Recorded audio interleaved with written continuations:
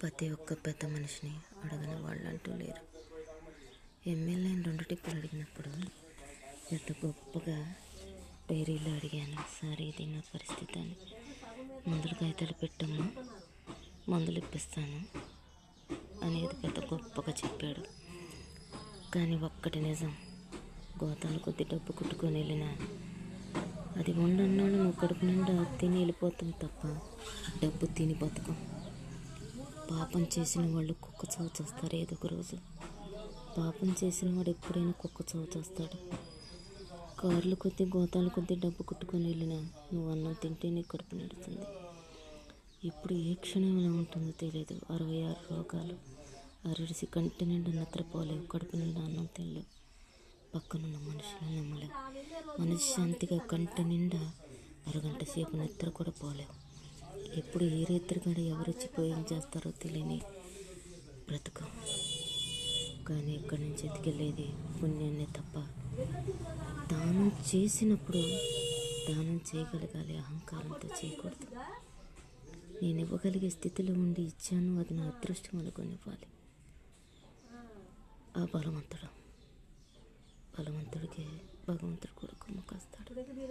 బలహీనులకి న్యాయం కొమ్ము కాయదు, ఊరు సపోర్ట్ చేయదు, ధర్మం వెంట రాదు. ఏనాటికైనా ధర్మం రక్షిత అధర్మం అతః.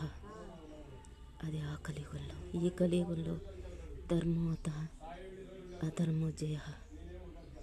ఈ కలియుగంలో ఒక ఆడదాన్ని ఉసురు పోసుకొని ఒక ఆడదాని కన్నీళ్ళు చూసిన ఊరైనా మనుషులైనా వ్యక్తులైనా బాగుపడ్డట్టు చరిత్రలో లేదన్నా.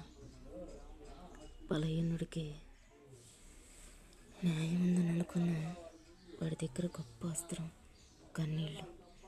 ఆ కన్నీళ్ళు బలవంతుడికి గట్టిగా కొడతాయి, ఏదో ఒక రోజు తిరగని తెప్ప కొడతాయి. అది ఊరి పెద్ద మనుషులైనా, ఆ ఊరికి నలుగురించుకునే ఎమ్మెల్యే అయినా సరే.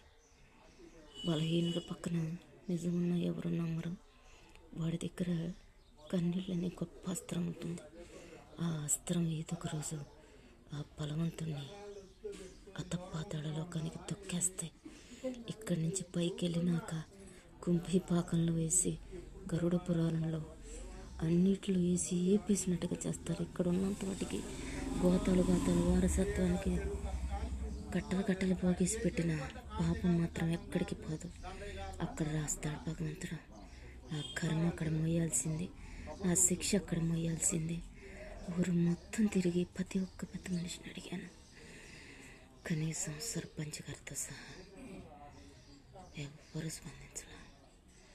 న్యాయం గెలుస్తుంది. న్యాయం గెలవకపోతే కలియుగం అంతమైపోతుంది. నిజం.